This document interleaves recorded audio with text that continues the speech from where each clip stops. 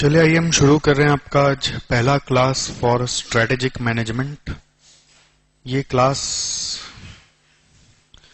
हम लोग CMA inter वालों के लिए एक्सक्लूसिवली चला रहे हैं। इन जनरल आपको जब स्ट्रेटेजिक मैनेजमेंट की क्लास कराई जाती है कहीं और, तो वो मिलीजुली सरकार में कराई जाती है।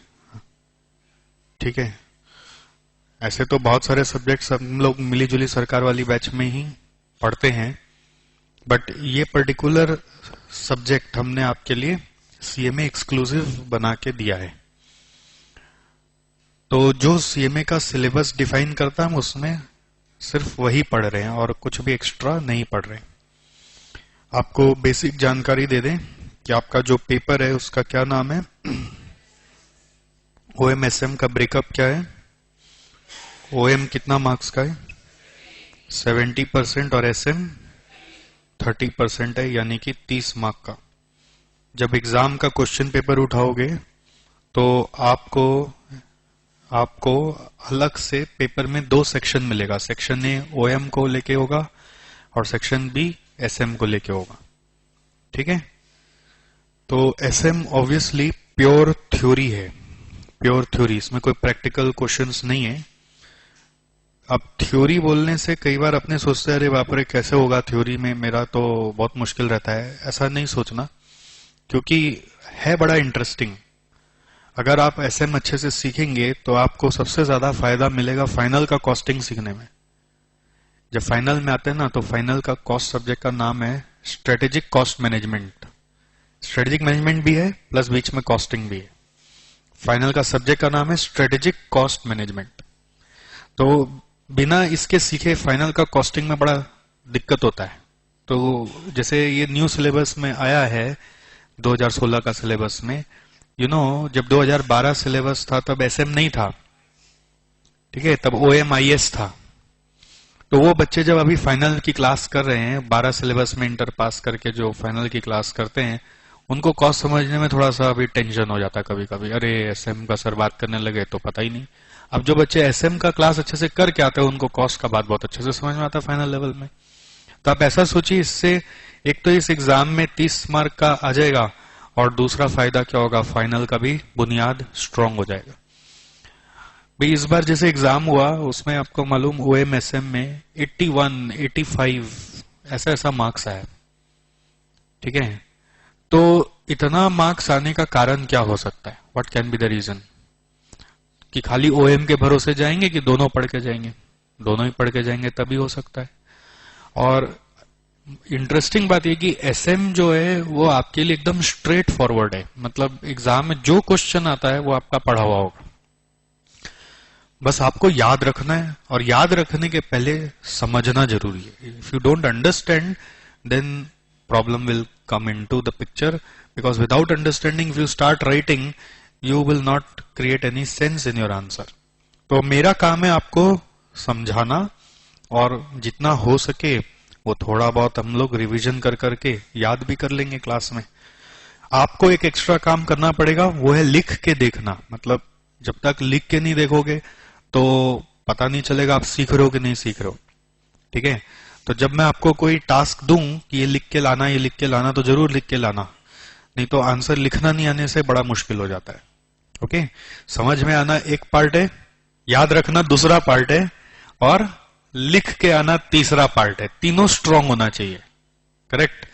तो एसएम सीखने के लिए तीन पॉइंट हो गया। एक तो अंडरस्टैंडिंग करना है आपको, राइट?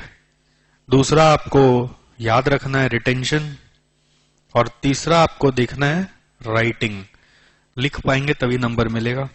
ओके, सो दोस्तों अब हम लोग आगे बढ़ते हैं, एसएम की पढ़ाई करते हैं। Strategic management. Okay, strategic management आपके सिलेबस में 3 चैप्टर डाला गया। Your syllabus is comprised of 3 chapters, सिर्फ 3 चैप्टर। चैप्टर 1 का नाम है, ये मैं इंस्टीट्यूट में खोल रखा हूं आपका, इसका नाम है strategic management introduction.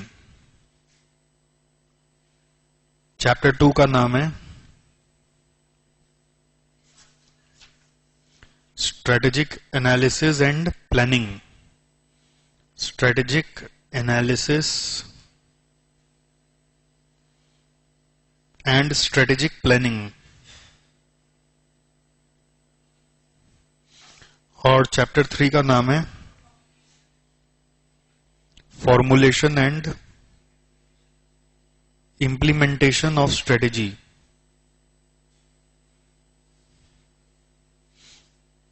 Formulation and implementation of strategy.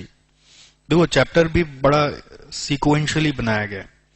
पहले इंट्रोडक्शन, मतलब आप जान जाइए एसएम किस बारे में, फिर स्ट्रेटेजी का प्लानिंग करिए. ठीक है, स्ट्रेटेजी बनाइए बेसिकली हम बोलेंगे, और बना लिए तो उसके बाद उसको इंप्लीमेंट करने का सोचिए. खाली बनाने से तो नहीं होगा.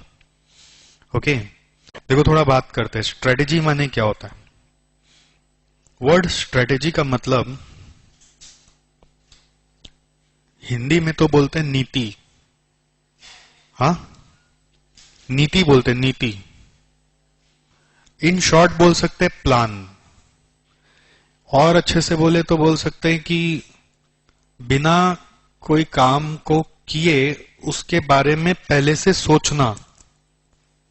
मैंने एक काम अभी किया नहीं है, लेकिन मैं उसके बारे में सोच रहा हूं कि मैं कैसे करूंगा. इसी को बोलते हैं स्ट्रेटेजी. वैसे ये सब वर्ड्स ज्यादा सूट करता है गेम में, बैटल में. करेक्ट. गेम में स्ट्रेटेजी बनाते हैं ना. कैसे बनाते हैं? बीट करने के लिए, अपने सामने वाले को, टीम को बीट करने के लिए. राइट. उसी तरह से स्ट्रेटेजी हम लोग बनाते हैं बैटल में, दुश्मनों को हराने के लिए, सर्जिकल स्ट्राइक करने के लिए स्ट्रेटेजी बनाते हैं कि हमारा जो काम है वो हो जाए. That's all. बिना सोच के जाएंगे तो क्या होगा? हार जाएंगे. यही हो सकता है. तकदीर साथ दिया तो जीत भी जाएंगे. करेक्ट. जैसे क्रिकेट खेलते हो कभी दोस्तों में, तो क्रिकेट मैच खेलने के पहले सबके साथ में आते हो. हाँ, कि तुम बैटिंग करना, तुम बॉलिंग करना, पहले ये उतरेगा, पहले वो उतरेगा, फिर तुम यहां पे खड़ा होकर एम्पायरिंग करना. किसी को फील्डर बनाते हैं ना. पूरा गेम सजाते कि नहीं सजाते गेम स्टार्ट करने के पहले. और फिर जो सोच लेते हैं वह उसी से ही पूरा गेम लगातार चलते रहता है. क्या कि बीच बीच में जरूरत पड़ने पे देखते हैं कोई फास्ट बॉलर आ गया तो बैट्समैन ने जिसको सोचे थे उसको चेंज कर दो. ऐसा होता है कभी? मतलब स्ट्रेटेजी जो सोच लेते हैं वही पत्थर की लकीर हो जाता है, ऐसा भी नहीं है. उसको जरूरत पड़ने पे चेंज भी करना पड़ता है. करेक्ट. स्ट्रेटजी मतलब हम लोग अगर एग्जाम के लिए बोलना चाहे तो we will say it is making a plan to achieve an objective. Making a plan to achieve an objective. आपका एक ऑब्जेक्टिव होना चाहिए, उसको पाने के लिए आप क्या प्लान बना रहे हो, उसी को हम स्ट्रेटजी कहते हैं. Okay, so what is strategy? चलिए आइए कॉपी में लिखिए.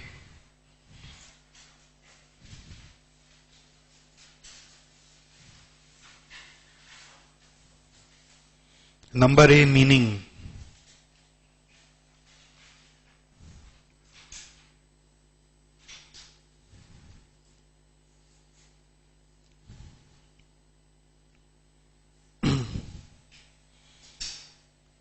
It refers to action plans.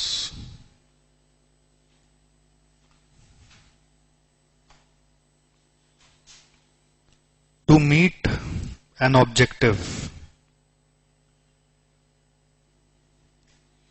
Action plans to meet an objective.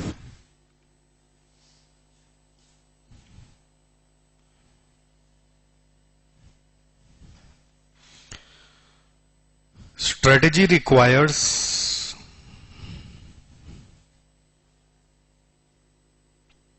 three important knowledge. Number 1, गोल. आपको मालूम होना चाहिए कि आप क्या पाना चाहते हैं. What you want, which is we are calling as goal. आपको पता ही नहीं आपको क्या चाहिए तो स्ट्रेटजी कुछ नहीं बनेगा। स्ट्रेटजी में एक उद्देश्य मालूम होना चाहिए कि मैं ये करना चाहता हूं। जैसे आप अपना एग्जाम पास करने का स्ट्रेटजी बनाइए, वो आपका गोल होगा। अब उसके लिए जो जो एक्शन प्लान्स बनाएंगे हम उसे स्ट्रेटजी बोलेंगे कि हम क्वेश्चन पेपर को डिफीट करने जा रहे हैं। वो अपना तैयारी करके आएगा, आप अपना तैयारी से जाओ। करेक्ट। सेकंड, आपको यह भी पता होना चाहिए कि इस गोल को अचीव करने के लिए क्या क्या अनसर्टेनिटी आ सकता है, जिसको हम बोलते हैं uncertainty of events.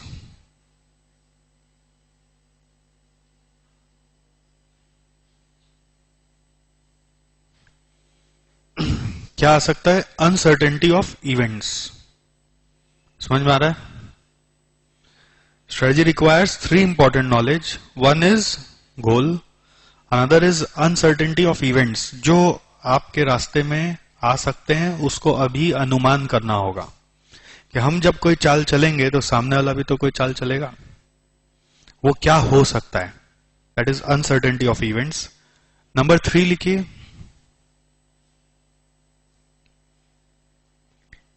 likely behavior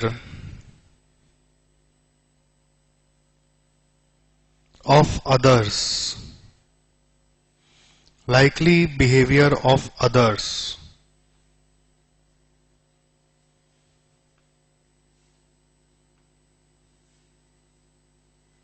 समझ में आ रहा आपको? ये 3 चीज को ध्यान में रख के जब आप अपना एक्शन प्लान बनाएंगे तो उसको हम स्ट्रेटेजी बोलेंगे। जैसे कभी ऐसा हो, हम लोग सोचते हैं अपने लिए स्ट्रेटजी, ऐसे इंस्टेंस क्रिएट कर रहे हैं जिससे कि आप जल्दी जल्दी रिलेट कर पाओ।